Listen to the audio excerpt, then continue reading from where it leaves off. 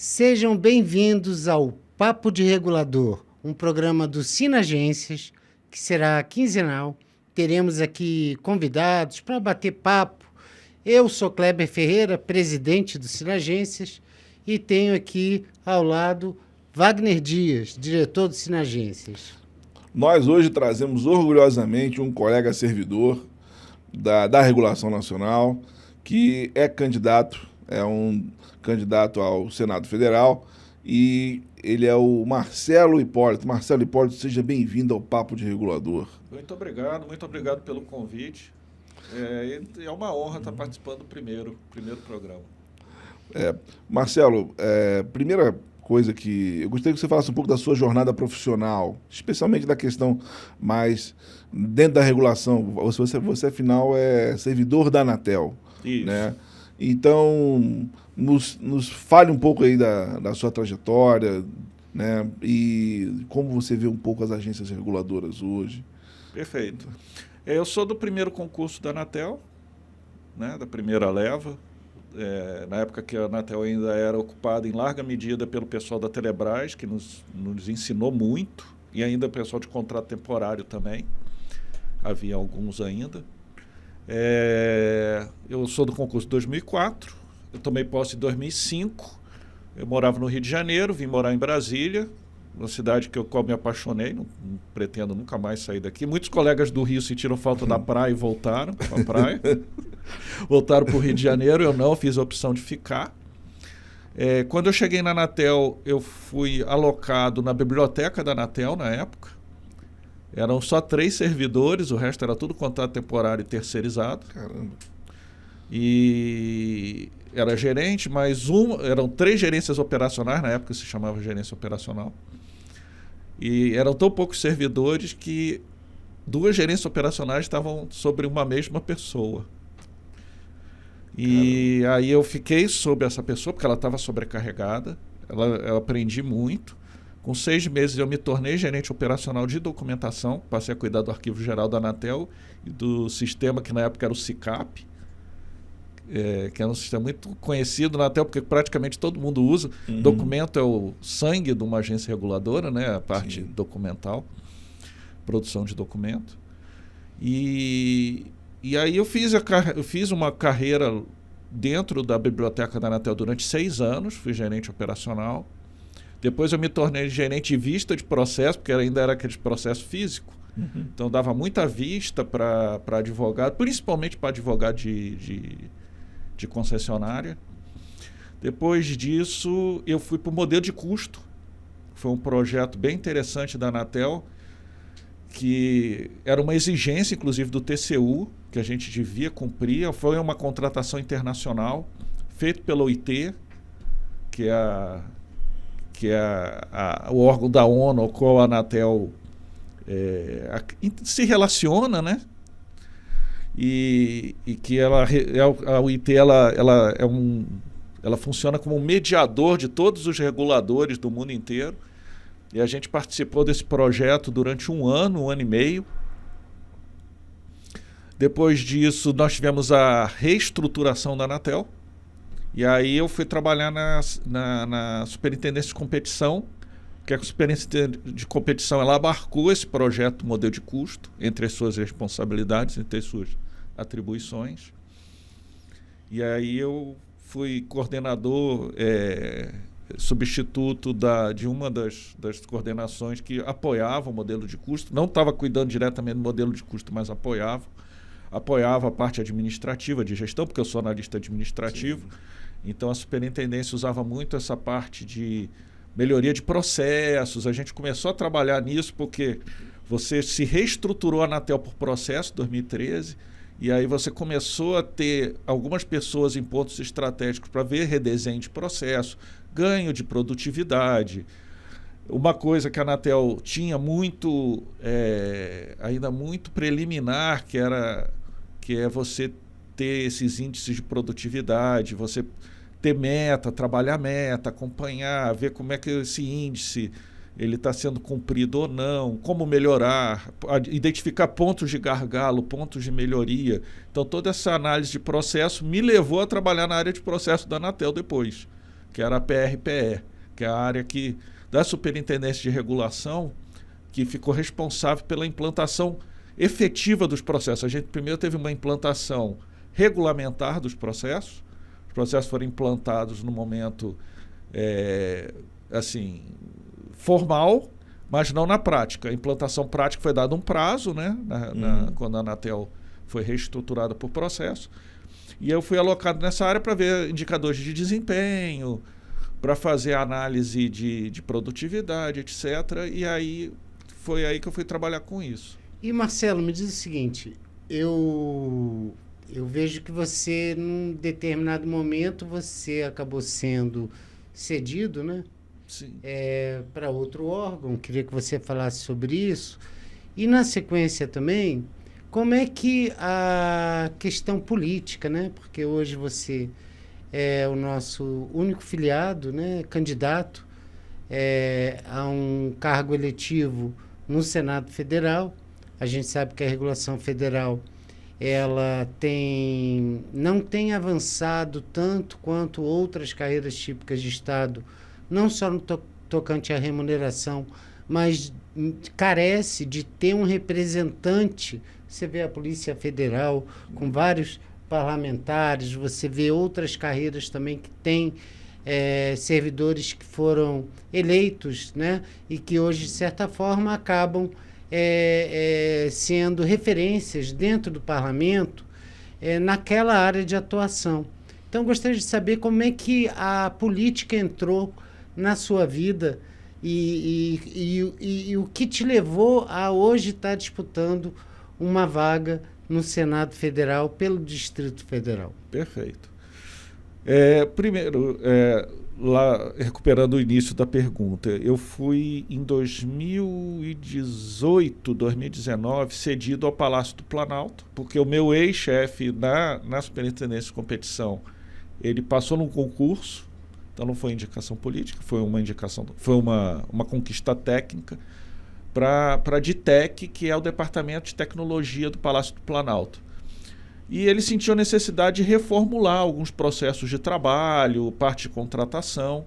E como eu já tinha trabalhado nisso, tanto no modelo de custo quanto na própria Superintendência de Competição, ele me levou e eu tive a honra de trabalhar mais de um ano.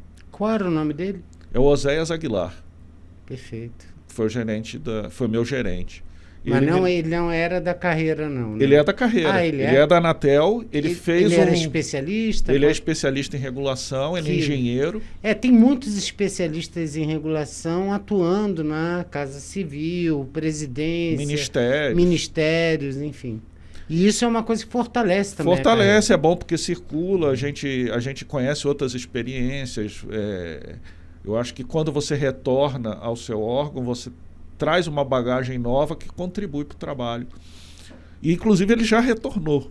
Então, hoje ele está na outorga e a experiência que ele trouxe, eu acho que está contribuindo muito no setor de outorga. E ele me levou, eu trabalhei um tempo com ele, mas essa parte da política eu escrevo, né? Eu escrevo livros desde 2002, 2001. Escrevia livros primeiro em inglês, publicava no mercado americano lá, antes de entrar na Anatel, 2002, 2003. Comecei a escrever livros em português por volta de 2004, fazia o concurso e relaxava escrevendo livro. Né? Estudava para concurso e relaxava escrevendo. É coisa de maluco, mas é assim mesmo. Legal. Você é um nerd. Era o nerd clássico. É o nerd clássico. Aí eu entrei para a agência e continuei escrevendo no meu horário vago, porque quando eu ainda fui sem esposa, não tinha os filhos ainda. Então chegava à noite, não tinha o que fazer, ficava escrevendo. E aí eu lancei vários livros de ficção. Depois disso eu comecei a me interessar cada vez mais por política e foi naquela época, 2013, 2014, que o Brasil em geral despertou muito para a política. O brasileiro ele vinha um pouco acomodado com essa questão da política, um pouco desanimado. Aquelas manifestações isso, de 2013. Relacionadas à Copa, hospital, construção de estádio. Exato. Foi naquele... Era de 5 centavos, né? Foi, 20 centavos. 20. Não é por 20. Não é por 20, isso. Que aí a população ela tomou aquelas manifestações para si e começou a trazer, eu quero uma saúde melhor, uma educação melhor. Eu não quero só um estádio padrão FIFA, eu quero um hospital padrão FIFA, eu quero que meus filhos estudem numa escola padrão FIFA. Então, assim, esse desejo do brasileiro de melhorar de vida, e a gente teve o boom das commodities, então também a classe média baixa ela começou a ascender. Então, tudo isso contribui para um boom político que me trouxe, no meu espectro político específico, a participar desse burburinho. Eu comecei a escrever sobre política. Hoje eu já tenho uns 15, 16 livros sobre política escritos. E aí, por conta disso, o que aconteceu? Eu fui convidado pelo PTB, que é o meu atual partido, pelo presidente do PTB, o Roberto Jefferson, a escrever um livro de doutrina do partido. Ele falou, a gente já tem um estatuto, tinha sido feito em 2018, um estatuto liberal na economia, conservador nos costumes, e ele falou, eu quero transformar isso numa doutrina. Tem um livro que qualquer candidato do PTB leia e entenda quais são as bandeiras do PTB, coisa e tal. Eu falei, não, beleza, vamos sentar e trabalhar junto. Depois, só para lembrar, vamos colocar na descrição lá do podcast a relação de livros de sua autoria para as pessoas poderem ver. Sei Perfeito, que, maior prazer. Além dos livros da Amazon, né? Isso. Tem, além dos livros sobre política, tem os livros também de ficção, que são romances. muito interessantes, isso, e que muitos colegas, assim como eu, não conhecíamos antes. Mas perfeito. Eu tenho o maior prazer, eu mando a lista. E aí o Roberto me chamou, eu comecei a trabalhar esse livro, eu fui resgatar Alberto Pasqualini, que era o antigo pensador, né, um grande teórico, e o Pasqualini ele teve uma fase mais à esquerda, e ao ir amadurecendo, ele fez uma transição à direita, dentro da democracia cristã. E aí eu achei muito interessante isso. Que é uma trajetória muito comum, né, É uma Marcelo? trajetória muito comum. Eu mesmo já fiz essa trajetória. Eu você... fui um cara que veio da esquerda para a direita. Eu migrei durante a minha juventude. Eu militei na esquerda. Eu não cheguei a me filiar a nenhum partido de esquerda, mas militei. E à medida que eu fui estudando, amadurecendo o pensamento, eu acabei caminhando para a direita. Então, essa trilha o Pasqualini também fez. Aí eu achei isso curioso e resolvi me aprofundar no Pasqualini, até porque ele era o pensador anterior do PTB. E aí o que eu verifiquei? Que o Pasqualini era um cara que trabalhava muito a doutrina social da igreja. Então, ele via o trabalho como uma graça divina. E aí eu mergulhei na doutrina social da igreja, recuperei isso. O Roberto trouxe, como eu sou católico, o Roberto trouxe, por ele ser evangélico, um trabalho sobre a ética evangélica do trabalho. A gente recuperou isso e atualizou para questões de globalismo, nacionalismo. Hoje a gente tem elites econômicas que são descoladas de lealdade nacional. Isso é um fato, assim, não é uma questão nem tão ideológica, é um fato. Eles são descolados. E então, a esquerda ela migrou para pautas que se afastaram um pouco das pautas do trabalho, ela foi para a pauta de costumes. Então, a gente acabou recuperando essa pauta de trabalho. Hoje ela está caindo muito na direita. A eleição do Trump nos Estados Unidos, o Brexit, a eleição do Partido Conservador, do Boris Johnson, quando o Boris Johnson assumiu o cargo de primeiro-ministro. Foram eleições em que a direita ela passou a receber um grande aporte de votos que eram antes votos que eram dedicados à esquerda, que eram da classe trabalhadora que eles chamam blue collar, aquele trabalhador mais manual, né? Mais o caminhoneiro, braçal. O trabalhador braçal, né? O operário, que era um eleitorado mais à esquerda e que se deslocou à direita por ter ficado órfão, porque a esquerda procurou outras pautas, ela evoluiu para outras pautas. Então, em cima disso, a gente retrabalhou a questão do trabalho. O nome do livro é Deus e o Trabalho, o Novo Trabalhismo Cristão. Ele recupera toda essa doutrina da democracia cristã, atualizando ela para o século XX, para os desafios do século XXI, para os desafios do século XXI. E esse livro ele já está pronto, a gente ele já está aguardando só o Roberto. Ele resolveu os problemas dele lá de ele poder estar solto para poder assinar fazer noite de autógrafo, poder participar. Ele tem um prefácio do Ives Gandra, que não é um alinhado ideológico nosso, ele é mais um liberal. O Ives Gandra pai, né? Ele é mais um liberal, filho é até conservador, o pai é liberal. E o professor Ives Gandra, a gente adorou o prefácio dele, porque ele concorda em alguns pontos, discorda, e a gente acha isso ótimo. A gente não quer um livro que seja o dono da verdade absoluta. A gente quer um livro de doutrina que essa doutrina seja algo vivo, que ela evolua, que ela supere o momento atual e ela vá o tempo todo outras pessoas debatendo dentro do partido, fora do partido, outras cabeças, outras linhas ideológicas possam estar evoluindo. Então ele é um ponto de partida para que a gente depois, em cima disso, possa não só ter uma doutrina evolutiva, uma doutrina viva, mas construir cadernos de tese para saúde, segurança pública, alinhados à doutrina e ao estatuto do partido. Então é toda uma construção que a gente quer ter, que a esquerda já tem, ela é muito madura nisso, sim, e que a direita se carece de ter. Então a gente está trabalhando nesse sentido. Você acredita que, na verdade, a ascensão da direita, de uma forma geral, no mundo, ontem mesmo a gente teve a primeira-ministra italiana, hoje ela é também de direita, né, de uma coalizão entre o Savini, o Berlusconi e o partido dessa nova primeira-ministra, que agora não me vem o nome. Mas você acredita que isso, na verdade, é uma lacuna da representatividade que a esquerda deixou historicamente os trabalhadores, deixou ele ao Deus dará, e aí eles se realinharam a outro aspecto que os abraçou? É exatamente isso, você está perfeito na sua análise. Essa falta de... O que acontece? O Brasil hoje, a gente tinha uma época que o brasileiro sentiu uma falta de representatividade muito grande. Então eu não me sentia representado. Por exemplo, a gente tinha uma dicotomia, boa ou ruim, não vou entrar no mérito, entre o PT e o PSDB. Sim. E muita gente não se sentia representado dentro dessa dicotomia, dentro desse duopólio. O Nildo Oric chama de sistema petucano. Isso. E aí, por falta dessa representatividade... É o teatro das tesouras. Por falta dessa representatividade, o presidente Bolsonaro, quando ele foi eleito em cima dessa crise de representatividade. Porque por conta da esquerda ela ter migrado muito, a partir dos anos 60, naquele negócio da escola de Frankfurt, que ela migrou do entendimento de que a classe operária era responsável pelo processo histórico, ela migrou para a classe intelectual ser responsável pelo processo histórico. Então a revolução parecia... A revolução, ou a evolução, ou o progressismo, o nome que se dá para o processo histórico que a esquerda acredita, esse processo histórico passou a ser conduzido pela academia, pela mídia, pela cultura, pela arte, e não mais no processo fabril ou no campesinato. Esse deslocamento da esquerda deixou esse pessoal todo órfão. Então você começa a ver começa a entrar, e aqui a gente está num sindicato, que até a questão sindical está se reformulando.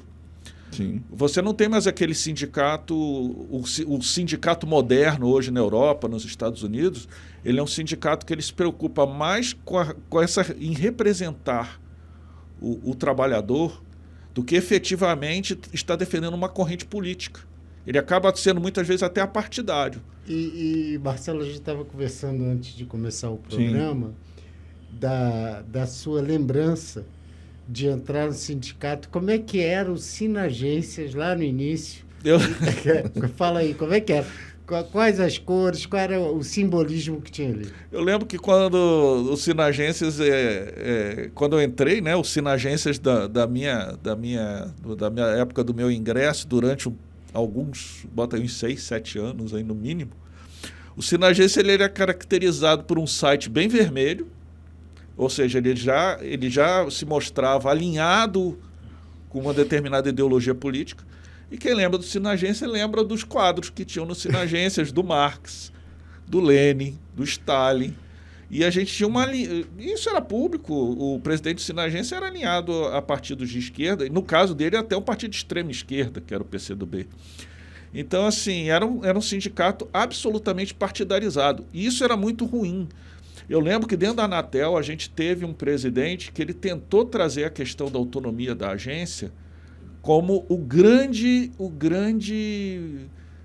marco da sua... que seria o grande marco da sua gestão, que era o presidente Sardenberg, que foi um embaixador, era uma pessoa de perfil mais moderado, dentro da aliança política da época, ele vinha mais da parte moderada do governo, uma parte mais pragmática, não tão ideológica, e ele quis modernizar a gestão da agência. Essa questão dos processos de negócio, que depois a agência seria reestruturada, foi algo que surgiu naquele início da gestão Sardenberg. Então ele queria modernizar o processo, servir de exemplo para as outras agências, inclusive. E aí queria trazer a questão da autonomia, como tinha o Banco Central. Então toda aquela discussão ele procurou trazer. E os Sinagências, à época, ele se bandeou a uma certa ala do governo que não queria nada disso. Ele queria que a Anatel permanecesse uma agência tradicionalmente controlada pelo Ministério, tutelada politicamente, que ela não tivesse qualquer aspecto mais de independência, de gestão, de independência. Ele queria controlar essa questão da independência regulatória. Eu lembro que até o primeiro governo Lula, isso é público também, o Lula tinha uma certa aversão às agências reguladoras, porque ele considerava elas muito técnicas e pouco afeitas a uma gestão política, né? No sentido mesmo de um alinhamento político com o governo. Eu acho que isso é até por conta da estrutura de direção da agência, que é o conselho, porque como leva um tempo para um governo novo poder ir trocando conselheiros que sejam mais alinhados ao seu projeto político, um presidente que tem um projeto político muito agudo, como um presidente petista, ele tende a ver a agência como um campo às vezes um campo de conflito. E tinha também a questão da privatização, que o PT, a esquerda em geral, era muito refratária, e as agências representavam um modelo em que você transferia obrigações para a iniciativa privada e o Estado passava a regular. Era um modelo também que estranhava muito na época a esquerda. Então, assim, tudo isso gerou esse conflito que acabou minando a gestão Sardenberg, infelizmente, porque eu acho que ela teria contribuído muito para... Eu acho que a gente teria ganhado alguns anos a mais de modernização lá atrás, sabe? Acabou travando uma modernização que poderia ter acontecido antes. Mas você não acha que, no fundo... porque eu vejo essa resistência às agências, tanto nos governos do PT, né, em especial, quanto até mesmo no próprio governo Bolsonaro. Sim. Né? Você não acha que isso não vem de uma certa incompreensão do instrumento da agência reguladora? Porque, por exemplo, a gente teve, fazendo só um paralelo, que é muito interessante, nós tivemos, por exemplo, a votação da autonomia do Banco Central. Mas o Banco Central ele tem até uma própria gestão dessa autonomia de um caráter bastante interessante, porque você tem um conselho, que é o Conselho Monetário Nacional, que determina ao Banco Central o que fazer, e até os dirigentes do Banco Central podem perder mandatos se não cumprirem aquelas metas. Né? E antigamente a gente tinha nos ministérios os contratos de gestão que acabaram com a nova lei e que exigiam cumprimento de determinadas metas da política pública de uma maneira geral, e as agências se alinhavam então com a política do governo. Isso é importante para dar um direcionamento, porque a autonomia, a independência, ela não existe taxativamente, exclusivamente, porque ela necessita ter um rumo. E quem dá esse rumo é a política do Estado, é a política pública vigente. Você não pode, por exemplo, na área da saúde, querer expandir ou melhorar o Sistema Único de Saúde e destinar recursos para o Sistema Único de Saúde e, ao mesmo tempo, querer ampliar a saúde suplementar, planos de saúde, porque são direções opostas, né? Então, você necessita ter uma política pública que dê o rumo e as metas a serem cumpridas, mas na regulação a gente tem essa nuvem cinzenta, né? Principalmente após a lei, que nos deixou. Isso traz para uma pergunta que eu queria te fazer, Marcelo, que a gente fica até curioso. O que passa na sua cabeça, assim, sendo eleito aí para o Senado Federal, quais os pontos principais que você enxerga que poderia trabalhar junto com o Parlamento, o Senado, para a melhoria do ambiente regulatório no país? E também para as nossas carreiras, né? Como dar um suporte para que os servidores das agências possam exercer o seu trabalho com autonomia e com eficiência. Vamos lá. Existem, na verdade, dois caminhos que o meu mandato pode atender as agências, assim, do ponto de vista de aprimoração institucional, quanto às carreiras, do ponto de vista de melhoria das carreiras. Tanto eu ganhando eleição ou não ganhando eleição, eu posso ser um instrumento de apoio a essas duas demandas. De que medida? Se ganhar a eleição, é óbvio, estou no Senado, estou exercendo o cargo, e aí eu posso politicamente estar atuando. A gente vai ter um representante também. Perfeito. Né? Agora, no caso de eu não ser eleito, mas se eu tiver uma votação robusta, como eu faço parte de um partido político formal, né? A realidade de um partido político o voto é a moeda mais importante dentro do funcionamento de um partido político. Então, se eu tiver uma votação robusta, mesmo não eleito, eu sou um filiado ao partido. Hoje eu estou em licença não remunerada para tratamento de assunto pessoal já desde... Por que isso? Porque eu estou desde de 2020, setembro de 2021, eu assumi a diretoria administrativa da Fundação Ivete Vargas, que é o think tank do partido. Então eu faço parte da estrutura nacional do partido. Então, se eu tiver uma votação robusta, eu consigo atuar dentro das instâncias partidárias para que, por exemplo, a bancada do PTB no parlamento atue a favor da nossa agenda. Então, assim, estando eleito é o melhor dos mundos, mas se eu não estiver, mesmo não eleito, se eu tiver uma votação boa, eu consigo, com base nessa votação, atuar junto aos meus parlamentares em prol das agências e da nossa carreira. E aí a gente está falando de elaboração de projetos de lei, Isso. De propor emendas, de... Vi uma coisa ruim travar. É uma guerra diária nossa, né, Oswaldo? Isso, sim. É um canal que vai estar aberto, não só para o Sinagência, mas para qualquer servidor que tenha uma preocupação, queira me procurar, pessoalmente até. Mas o ideal é que seja através da instância do sindicato, que é a melhor instância, que está todo mundo reunido, todo mundo junto, mais forte é melhor. Claro. Então, tá dentro dos Sinagências, eu acho que é o melhor caminho.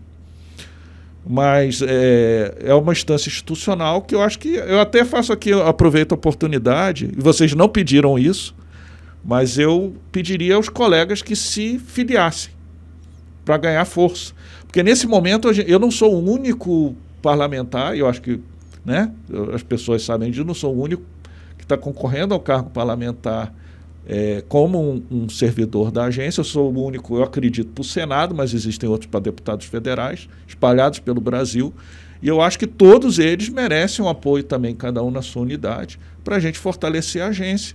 E as pessoas se filiando ao Sinagência para fortalecer o sindicato. Perfeito. Eu acho que esse é o caminho que vai levar a gente a ter é o que a gente chama lá na gestão de processo, o caminho feliz, né? É o caminho feliz. É o caminho que você tem os menos gargalos e menos obstáculos. Então, é nesse caminho que eu me vejo atuando. E o pensamento é esse, né? Nós juntarmos forças, talentos, esforços, porque o Sinagências, ele foi criado em 2005, né? Em 2004. Com uma diretoria exclusivamente composta por servidores do quadro específico, redistribuídos de outras entidades, né? Você mesmo citou na Anatel, né? Da Telebrás, né? Telebrás, tinha pessoal da Telebrás. E na Anvisa foi do Ministério da Saúde, FUNAS, enfim, cada agência veio o pessoal... Também tinha o pessoal do Ministério das Comunicações na Anatel. Isso. Mas o fato é que aí apareceu logo em sequência a ANER, que era a Associação Nacional dos Especialistas em Regulação.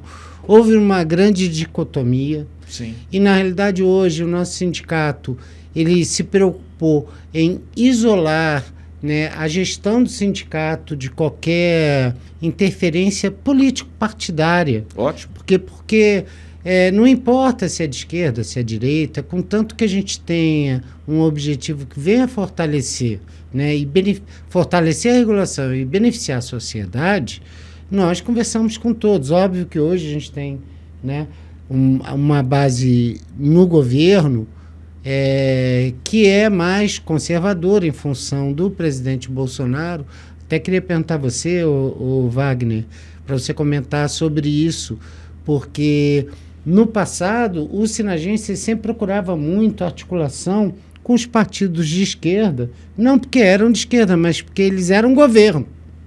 Hoje você tem um quadro diferenciado. Então a gente procura conversar com a maioria, né? E como é que é essa composição, Wagner? E depois você abre para o Marcelo comentar. As pessoas muitas vezes não se tocam que o governo Bolsonaro ele foi, uma certa forma, uma quebra no sistema petucano, né, que eu até citei agora há pouco aqui. E o governo Bolsonaro ele tem uma característica muito interessante, que ele quebrou o que a gente considerava, né, o que existia até então de presidencialismo de coalizão no Brasil. Né? E quando você olha, né, o mapa, né, do Congresso, né, tanto na Câmara quanto no Senado, você vê que existe toda uma adesão muito natural e pragmática ao governo.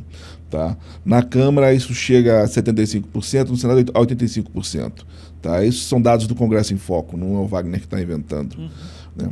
Então, quando nós olhamos esse novo cenário, essa nova conjuntura que se colocou, novos atores, novos modos, novas críticas, né, que se colocavam ao serviço público, por exemplo, o Sinagentes ele foi muito sagaz, até eu tenho que dizer isso, e ia atrás desses atores porque é quem estava com a bola. Né? Quem ia tocar o jogo durante os próximos 4 anos, isso lá em 2018, ainda já na transição do governo, nós participamos dela, e foi muito importante porque foi importante esclarecer para quem estava chegando o que eram as agências e o seu papel de agência. Né? Se nós hoje, né, temos muita refratariedade da parte do presidente, que diminuiu ao longo do mandato, né, talvez boa parte se deva à nossa participação. E você dialogar com esse segmento ideológico, né, que hoje é o que está mais hegemônico, por assim dizer, é natural. Eu acho que a gente tem que buscar interlocução, quem tem as maiorias, quem tem como pautar nossas demandas. Né? E isso também acompanha um outro trabalho de uma evangelização sobre regulação. Né? É importante evangelizar porque muitas vezes o nosso parlamentar, mais na Câmara, logicamente, do que no Senado, né, ele não entende, ele entende muito do objeto fim da agência, talvez de um serviço de telefonia, talvez de um transporte de carga de um caminhoneiro que ele represente lá no seu estado, mas ele não sabe o que pensa o regulador, qual é a função daquele instrumento da agência reguladora, o que ela está ali para garantir, né, ao cidadão e ao país. Né? Então, a gente sempre buscou todos esses canais, inclusive até mesmo com a esquerda, a gente dialogou também com a esquerda também quando foi preciso, porque o diálogo é preciso sempre, na verdade. Né? E você continua, mas sindicato é para representar aquele grupo de servidores públicos, independente do governo, até porque as agências têm autonomia. Isso, e da ideologia. Exato. A gente não pode ter um sindicato como foi o próprio Sinagências, escravo e a serviço de um determinado partido político, com, inclusive, financiamento dessas campanhas políticas de uma determinada, vamos falar aqui no caso do ex-presidente João Maria, Sim. Partido dos Trabalhadores, campanha de 2010, financiou aí não só a campanha dele, como, né, outras ações, e que levou, infelizmente, a desvio de milhões de reais e desvio de finalidade do próprio sindicato, que passou a atuar com braço partidário. Infelizmente, esse modelo sindical é aquilo que você estava falando, né, Marcelo? É um modelo antigo. Isso, conclui. E outra coisa também que é muito importante, e também vertendo a questão da seara político-institucional para uma questão política da categoria, é que você tem que zelar pelo servidor. A gente sabe muito bem que em várias agências alguns servidores são perseguidos, tudo mais, sofrem paz. Você tem que garantir ampla defesa a esses servidores. Né? É importante, inclusive, né, que a gente consiga, até mesmo dentro das agências, tenha, inclusive, ideias divergentes, mas sejam apresentadas de forma sensata. Né, de forma, né, não quer dizer que aquela ideia que seja colocada ali por um grupo A ou B ou C de servidores, ou também suas chefias, ela deve prevalecer. Mas deve prevalecer a discussão e, de acordo com o processo regulatório, também com a participação social, que ela vá, né, caminhando a melhor regulação possível que se possa fazer. Né? Mas, Marcelo, eu te pergunto, vocês, no PTB, como vocês veem essa questão da regulação? A regulação, ela também está dentro dessa questão programática, do PTB? Como é que isso está sendo posto? Eu vou te falar como alguém... O que acontece? O PTB hoje ele está se construindo como partido e, como eu falei, a gente acabou de escrever o livro de doutrina. Então as teses não saíram. Não existe ainda uma tese madura sobre regulação. Mas assim, eu posso te falar que eu provavelmente vou ser uma pessoa que vai contribuir fortemente, até como referência, até por estar no livro de doutrina, como alguém que vai contribuir fortemente para sair um caderno de tese sobre regulação. Hoje a gente tem um problema que é a regulação, eu acho que a gente tem alguns problemas em relação a ela. Primeiro, eu acho que as agências até hoje, e eu me coloco nesse caso falando como servidor da agência, e era uma discussão que a gente sempre teve dentro da Anatel, eu imagino que as outras agências também tenham, que as agências não conseguem se expressar tão bem para a sociedade o papel que elas desempenham. A gente, como servidor da Anatel, a gente achava que a gente, enquanto instituição, a gente não conseguia, a instituição não conseguia deixar muito claro para a sociedade a nossa importância. Então, eu acho que a gente tem esse déficit, que acho que é um problema que a gente tem que resolver enquanto instituição, no caso da Anatel. Sim. E aí eu imagino que isso se estenda para alguma das outras agências também. Às vezes a gente não consegue... A Anvisa, por exemplo, acho que agora ela se tornou mais claro, no meio dessa pandemia, qual é o papel da Anvisa para a sociedade, mas é um assunto agudo. A gente precisava de um assunto agudo para deixar claro o papel da ANEEL. A gente às vezes fica parecendo para a sociedade que a Anatel está ali só para controlar a conta de telefone do cidadão. E a ANEEL só a conta de luz, e é muito mais do que isso. E a sociedade só vê a gente pela conta, às vezes. Sim, existe até a polêmica da taxa da energia solar, taxa do sol, né? Isso. Que, na verdade, é uma primeira colocação totalmente indevida, que, na verdade, você está fazendo uso de infraestrutura. Isso. E pagar por esse uso, você está conservando energia, né? Até por uso melhor. Eu acho que a gente tem esse déficit, eu acho, comunicacional. Sim. E a gente tem um problema aí político, porque a esquerda ela tem algumas reservas com relação às agências, da mesma forma que a direita também tem. Ou seja, a gente apanha de todos os lados. A gente apanha de todos os lados. Mas isso é da dinâmica da sociedade. A gente tem que saber lidar com isso e vencer isso. Então, por exemplo, o sindicato. O sindicato, quando ele faz o papel de representar todos os seus filiados, independente do cara ser de esquerda, direita, centro, diagonal, você tem que representar todos, independente. E esse é o sindicato moderno. Uma agência reguladora moderna, ela tem que fazer como as agências americanas fazem. As nossas agências já são bastante abertas. Assim. A Anatel ela instituiu as sessões abertas dos conselhos, né? Então, as sessões passaram a ser transmitidas, as sessões públicas dos conselhos. Não eram só aquelas pessoas que compareciam à sessão, passou a ser distribuída na internet. Mas eu acho que isso também está na lei, né, Marcelo? Mas era uma coisa que era meio... exato. Não caminhava a contento. O que a gente tem hoje é que algumas fazem público, mas não divulgam. Isso. Demoram para publicar as atas. A gente precisa vencer um pouco essa burocracia, que é normal do serviço público, que às vezes a gente precisa dar aquele primeiro start. Eu acho que quanto mais a gente deixar claro para a sociedade e a gente ter representantes que aí vão além do institucional, que é ter um representante no Senado ou na Câmara Federal, mostrando para a sociedade o que é a agência reguladora, falando além da carreira, aí falando a importância do modelo regulatório para a sociedade, para o funcionamento da sociedade, para a melhoria da economia. Por exemplo, o PIB de telecomunicações no Brasil, a parcela de representação das telecomunicações no PIB é gigantesco. Sim. Então, assim, quando você discute um leilão do 5G, é uma coisa assim, de impacto para toda a cadeia econômica. Para a segurança pública, o 5G vai servir para os serviços de polícia, de bombeiro, de saúde. Fustel, é Fustel? O FUST. Isso. Né? A gente tem todos esses... Então, essa discussão toda ela tem que ser levada pelos nossos representantes. Essa discussão ela tem que ser discutida na TV Câmara, tem que ser discutida na Globo News, na Band News, na Record. Então, a gente não tem que ter medo de fazer essa discussão.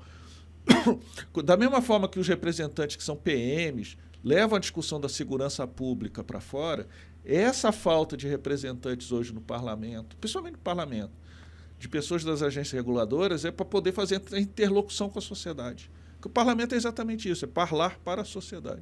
É isso.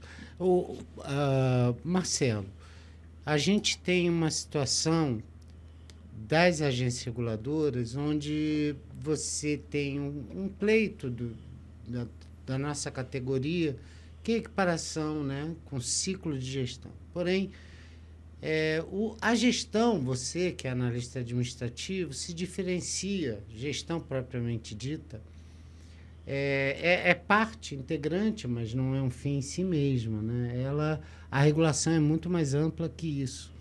E dentro da atividade regulatória, você tem outras carreiras do Executivo Federal que fazem também regulação, além das agências. Você tem Banco Central, mais na área financeira, econômico-financeira, SUSEP, CVM, todas essas 3 carreiras aí, elas estão num outro patamar remuneratório, né? Equivalente ao ciclo de gestão, e nós estamos ali uns 30% abaixo. Historicamente, já foi mais próximo, a gente veio perdendo ao longo dos anos, né? Principalmente na última negociação, em 2015, que fizemos para 2 anos, e enquanto todas as carreiras típicas de Estado fizeram para 4, então estamos há 5 anos sem reajuste salarial, enquanto as demais estão apenas 3, não que isso seja pouco, é ruim para todo mundo. Mas, considerando aí pandemia, a guerra da Ucrânia e tal, é o que se tem para hoje. Obviamente, vai chegar o momento que a gente vai reivindicar, né, essa, digamos assim, reposição. Mas a questão é que a gente poderia estar, na realidade, num ciclo da regulação. E pegar Banco Central, SUSEP, CVM e agências reguladoras e fazer, assim, já que elas têm atribuições comuns, a própria Constituição estabelece que responsabilidades e atribuições semelhantes devem ter o mesmo parâmetro remuneratório, que não está acontecendo hoje. Mas essa discussão aí da importância da regulação, realmente a gente tem levado pedradas de todo lado.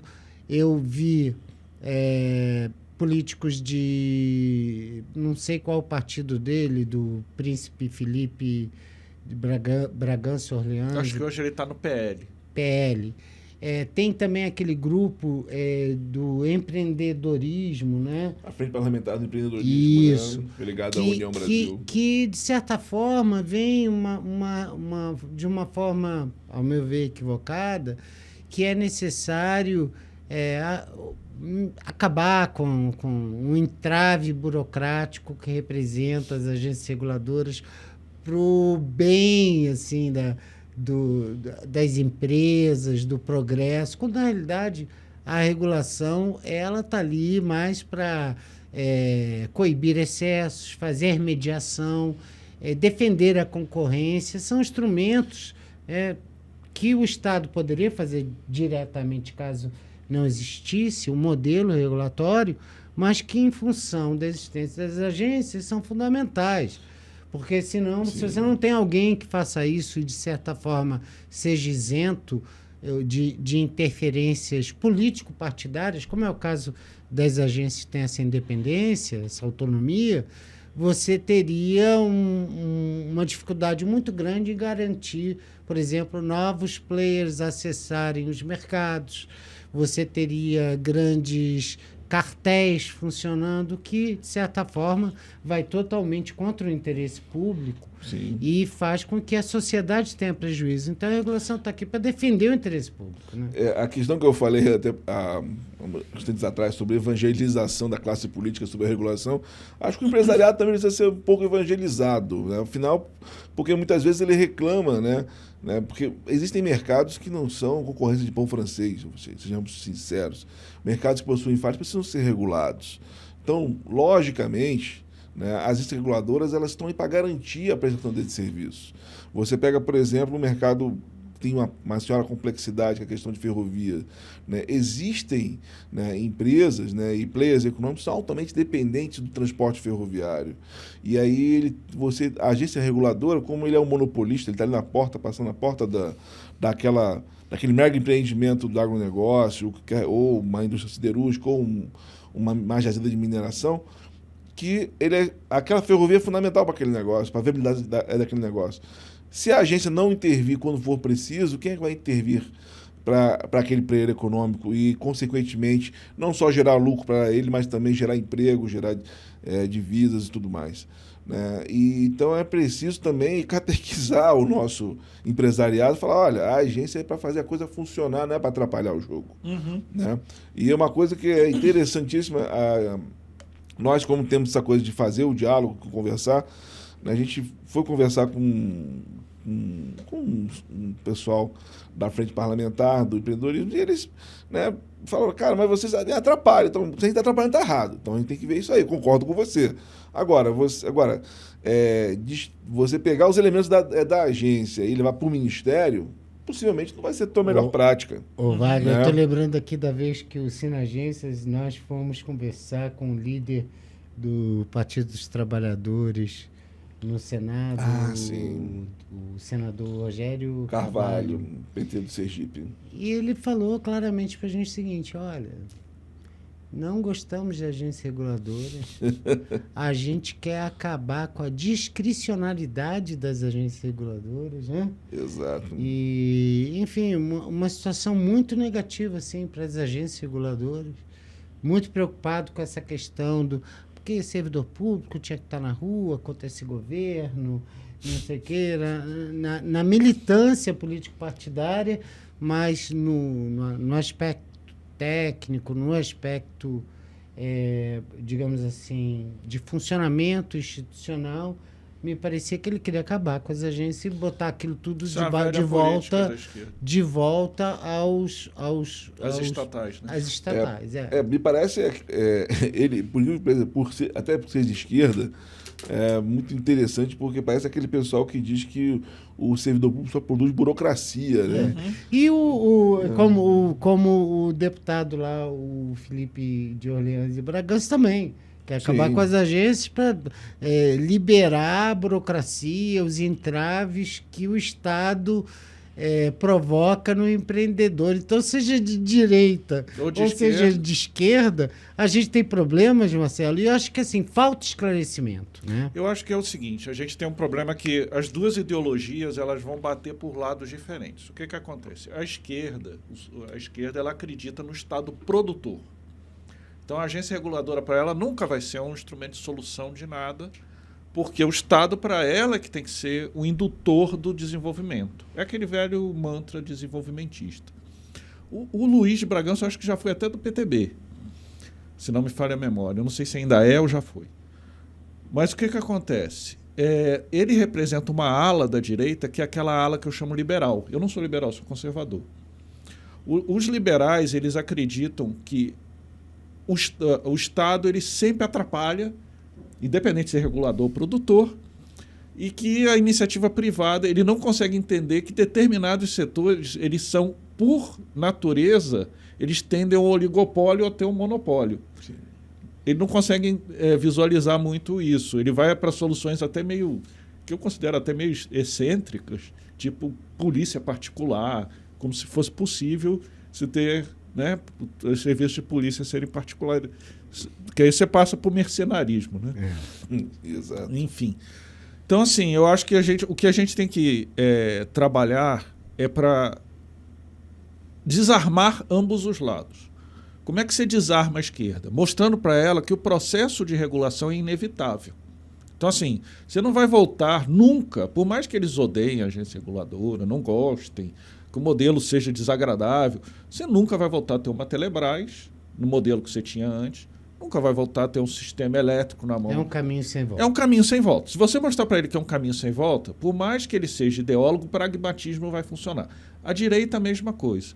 Mostrar para ele que existe sim uma faixa do empresariado, e isso a gente tem que estar atento, que adoraria capturar as agências. Uma faixa empresarial gostaria. Sim. Por quê? Porque ela garantiria a não competição. Não, e está na agenda deles frequentemente. Isso.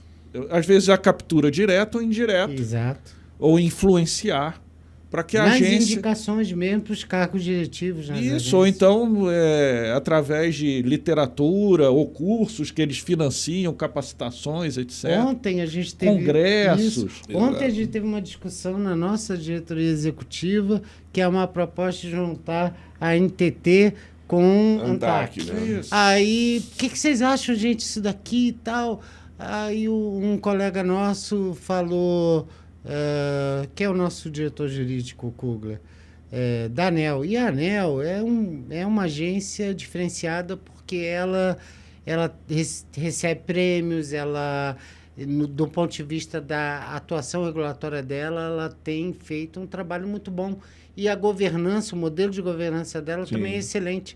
É aquele que o conselho funciona como conselho, né? Que os processos são distribuídos aleatoriamente, enfim. E outra coisa também, eu acho que a ANEEL não tem técnico em regulação, não é isso? Não tem técnico de regulação. Ela é muito centrada na atividade fim, né? Sim, ela terceiriza a fiscalização Isso, dos estados. Isso. Né? Então, ela é uma agência diferenciada, tem muitos engenheiros, é uma agência muito, digamos assim, matemática, né? Ela tem uma modelagem muito particular dela, assim, então, e funciona bem. O Kugler falou, olha, eu acho que é uma boa proposta, porque se fosse eu, se estivesse com a caneta na mão... E o bom é a diversidade de opiniões. Eu já eu discordo. já aproveitava. Eu falei, bom, eu sou da ANS, né, o Kugler. Então, eu vejo o seguinte, tem modelo em inglês de regulação que você tem lá uma agência reguladora, que não é uma agência, é correio, fronteira, mil coisas, ferrovia, tudo junto, numa agência só. E você tem um modelo brasileiro, mas o Jean Tirole, né? ele fala o seguinte, para você ter um modelo regulatório funcionando bem, você tem que ter uma indicação para os cargos diretivos que seja muito técnica, que não pode ser por mérito político partidário. Você tem que ter mecanismos de controle, de acompanhamento, que no caso brasileiro é TCU e Senado Federal, né, o Parlamento, muito fortes para, em casos de desvios, você ter a possibilidade de correção, né, de remoção. E no Brasil a gente não tem isso, infelizmente. Né? A gente tem que fortalecer, a gente tem que amadurecer ainda a regulação para chegar ao ponto de poder fazer essas sinergias de juntar áreas diferentes, porque, infelizmente, você tem um quadro, até mesmo dentro das 11 agências, totalmente diferente. Em estágio de evolução de gestão, você vê uma Ancine, você vê uma ANS, uma Anvisa, uma Anatel. Até mesmo a questão de gestão dos objetos vindos da agência. Né? Eu, por exemplo, reza a lenda, né, que a ideia era se criar uma agência única de transportes. E aí, por ingerência política, dividiu-se a ANTAC e a NTT. E por aquilo que pareça, eu acredito que seja um grande acerto. Porque a gente tem um Brasil que não é o Brasil das grandes cidades, o Brasil do Sudeste, é o Brasil do Norte, né, em especial, que é o Brasil aquaviário. Né? E a ANTAC, ao longo da história, ela conseguiu repotencializar tudo isso. Né? Ela conseguiu dar uma nova dimensão na questão do não só transporte de curso interior, transporte fluvial, né? A questão dos portos. Ela conseguiu dar uma ressignificação que eu acredito que, se estivesse dentro da NTT, seria talvez uma surpreendência no máximo. Né? Então ela tem muito protagonismo porque ela tem uma autonomia, apesar que eu acho que ter somente 3 dirigentes seja ruim para ela. Acho que ela tem que ter os 5 como as outras. Lógico, né? Essa falta de homogeneização, mas é por isso que no parlamento, e aí voltando a bola aí para o Marcelo, eu acho que a gente carece de representantes, né, no legislativo que entendam tecnicamente disso. E possam conduzir o debate. Porque para o sindicato, quem olha de fora fala, é muito corporativista. Eles querem só melhorar o salário deles, eles querem só mamar nas tetas do Estado, quando não é nada disso. Nós, servidores públicos, a gente tem compromisso com a sociedade de prestar o melhor serviço, servir ao próximo, servir à sociedade. E a mesma coisa com o parlamentar eleito, né? Ele está lá, ou até dos integrantes do partido político, que é o seu caso. Então, é uma honra ter você como candidato Obrigado. pelo PDT. Queria que você PTB. também... desculpe. PTB. Queria que você falasse os detalhes, porque a eleição agora é domingo, né? Isso, 2 de outubro. O nosso programa vai estar disponível já, eu acho que vai ter uma pequena edição, mas a gente vai estar disponibilizando isso hoje no canal, ou mais tardar amanhã, e isso vai estar para sempre as pessoas poderem consultar. E a eleição é uma coisa passageira. Sim. Mas, de qualquer maneira, fica registrado aqui o primeiro programa. Fala um pouquinho aí, aqui no Distrito Federal, quantos filiados? Filiados não, quantos servidores de agência?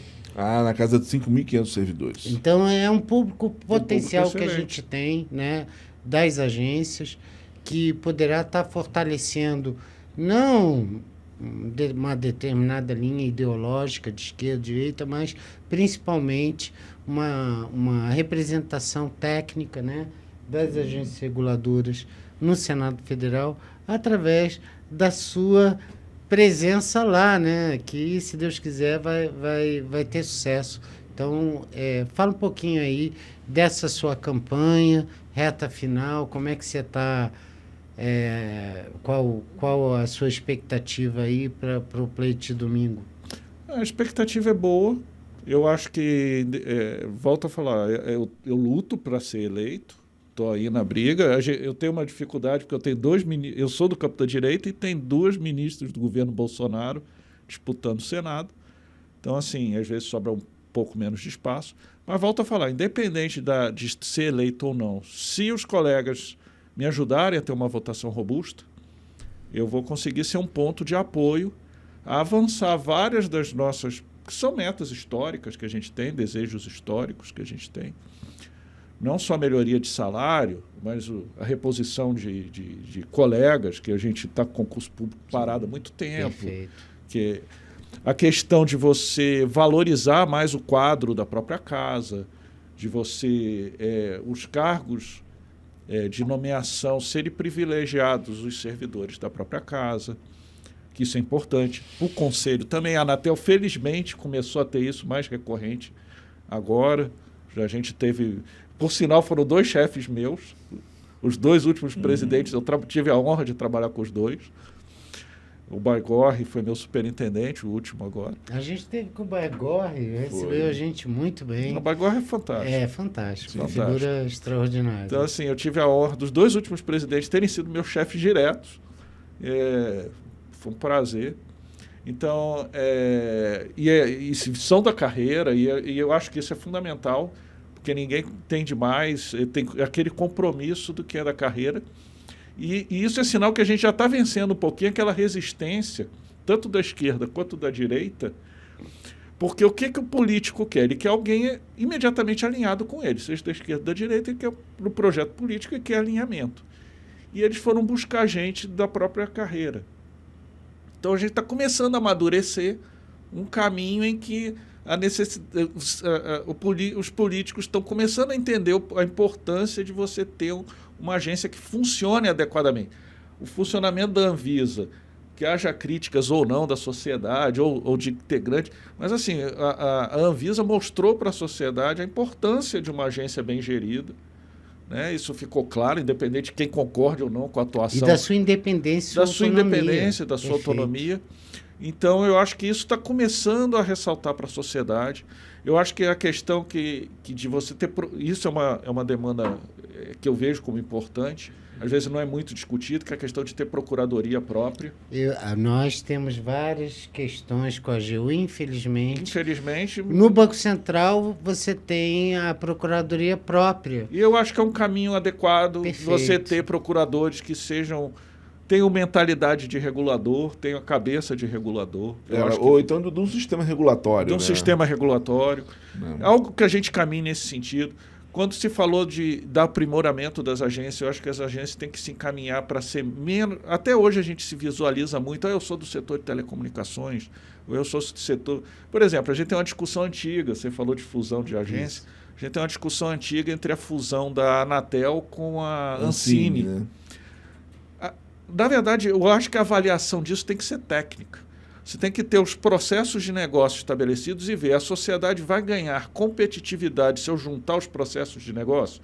Ou seja, num serviço como a gente está aqui num podcast, num serviço de streaming, em que conteúdo e infra elas precisam estar integradas ou não. Eu acho que a discussão... Como você falou do modal tem uma discussão grande aqui que Brasília pode vir a ter um aeroporto dedicado só à carga. Sim. Só à aviação de carga. Então, assim, isso seria uma regulação de quem? Da ANAC? Da NTT? Na verdade, às vezes essa discussão perde o sentido quando você olha por processo. Sim. Então, talvez uma discussão por processo, que todas as agências estão caminhando nesse sentido, então, por aí a gente pode sair. Então, eu vejo essa questão do fortalecimento da carreira, quando a gente fala Não tem jeito. O fortalecimento da carreira vai passar pelo fortalecimento salarial, mas a gente tem que entender isso dentro de uma proposta maior, que é o Estado ele tem que produzir tudo? Não. As agências reguladoras estão aí, elas já são uma escolha política em si, a existência delas. Então, quanto menos a gente tiver uma carga, que o servidor hoje ele é muito visto, tanto pela esquerda. A esquerda vê o servidor como um militante, Sim. e aí o salário dele é visto como um elemento de militância, e a direita vê o salário do servidor como despesa. Então são duas visões distorcidas, tanto do meu campo ideológico quanto do outro. E a gente tem que desaparelhar os sindicatos e as agências para fazer o que você falou, que é o trabalho técnico. O trabalho técnico. Isso que vai dar a sustentação. Que é o trabalho perene. Perfeito. A minha eleição, ela, como você falou, a minha eleição, eu posso ser eleito ou não, é uma data, essa data passa. O governo Bolsonaro, em algum momento, passa. Se o Lula ganhar, o governo Lula vai passar. Mas a estrutura de Estado fica. Sim. Então, é essa estrutura de Estado que a gente tem que debater num alto nível, entendeu? E eu tenho que debater isso com o senador, tanto de direita quanto de esquerda. Eu tenho que debater isso com o Luiz Bragança, quanto com o presidente do PT no Senado. Perfeito. E tentar levá-los a entender que o servidor nem é só despesa e nem o servidor é um militante político. É esse tipo de conversa de alto nível que a gente tem que começar a ter. Servidor, na verdade, é investimento, né? É um investimento. Agora, se você vê assim, o Correios é para ser privado ou público, aí essa é uma discussão, realmente, aí é uma discussão do eleitor. O eleitor vai colocar o seu representante e esse representante é que vai privatizar ou não o Correio. Essa é uma discussão política eleitoral. A nossa discussão é outra, é a perenidade do Estado. Aí a gente está tentando construir a agência reguladora. Para mim, ela já não... A gente tem que mostrar para ele que a agência reguladora já não é mais tanto um assunto político eleitoral. Ela é um assunto mais de política pública. Ela é mais um assunto de Estado do que um assunto de governo. Privatizar o Correio, o Eletrobras, é assunto de governo. A agência reguladora, não. Sim. Eu acho que esse que é o recado que eu posso...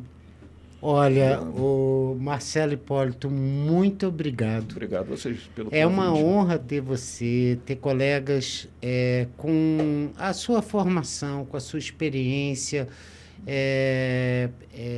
trilhando por esse caminho da política, porque a gente sabe a dificuldade que é, né? Sim. Você abraçar uma luta que é muito difícil. E aqui no sindicato também a gente... Eu entendo, a luta de vocês também não é fácil. A luta também não é fácil. A gente apoia de tudo que é lado. Mas, assim, a gente tem que começar, e esse programa é prova disso, começar a difundir as ideias. É importantíssimo. Né? E criar uma cultura da regulação, que não é de esquerda, não é de direita, não é ideológica, não é de governo, mas é de Estado. Isso. E perene, como você muito bem colocou. E você será um ótimo representante. Já está sendo, só por a oportunidade e o privilégio de termos aqui você. Vai ver disso. Marcelo, continuando, muito obrigado pela tua presença aqui. Até pelo assunto prévio que a gente estava conversando antes aqui da gravação, eu quero convidar você para vir aqui mais vezes aqui no Papo de Regulador, até porque a gente falou sobre tanta coisa antes, que eu acho que... E a gente precisa ter essas conversas, como a questão, por exemplo, da questão do trabalho em si, né? O que o trabalho está se tornando, o que ele está virando para a vida das pessoas, né? Se tornando uma outra coisa que era, no tempo dos meus pais, completamente, até impensável. Né? Então, a casa está aberta, para você nos visitar aqui mais vezes, para a gente conversar mais aqui. Muito obrigado pela sua presença. Obrigado, eu agradeço. E aí eu faço a conclamação final, que olhem os nossos amigos, nossos colegas de trabalho que estão se candidatando agora ao parlamento, dos seus estados, vejam esse voto com carinho, porque é alguém que vai poder estar ajudando a carreira, vai poder estar ajudando a regulação. Agradecemos também a você que está em casa, ou no seu carro, ou na sua agência, ou até mesmo aí no seu celular, nos ouvindo ou nos assistindo. E até a próxima. E não esqueçam de clicar no like, ativar o botão, o sininho do YouTube, do canal do Sinagências. E divulguem, compartilhem, né, esse programa, Papo de Regulador, que muito vai ajudar a gente a entender as questões da atualidade da regulação, que vão muito além das questões só do nosso dia a dia, mas conhecer também o que as outras agências fazem, trocar ideias, e com isso todo mundo vai crescer. Muito obrigado aí pela sua audiência, pela sua confiança. Compartilhem esse programa. Muito obrigado e fiquem com Deus. Um abraço. Um abraço.